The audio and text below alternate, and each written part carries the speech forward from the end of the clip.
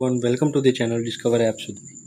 In this video, I'm going to show you that how to fix Google Chrome desktop site mode is not working, or if the desktop site is not working properly. Let me show you how can you fix it, or how to enable the desktop site on your mobile phone. First of all, you have to open your Chrome browser, and there you have to search youtube.com.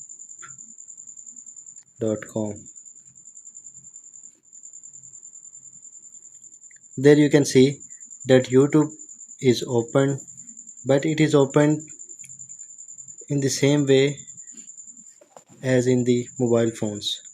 But if you want to open it in the desktop site, you have to simply click on the three dots icon at the top right corner. There you can see the option of desktop site. You have to turn it on. There you can see that your YouTube account is open in the desktop site on your mobile phone.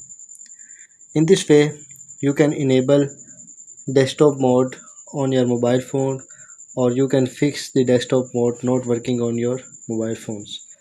I hope you can understand my explanation, but still if you have any question, please mention in the comments, and don't forget to like the video and subscribe my channel. Thank you.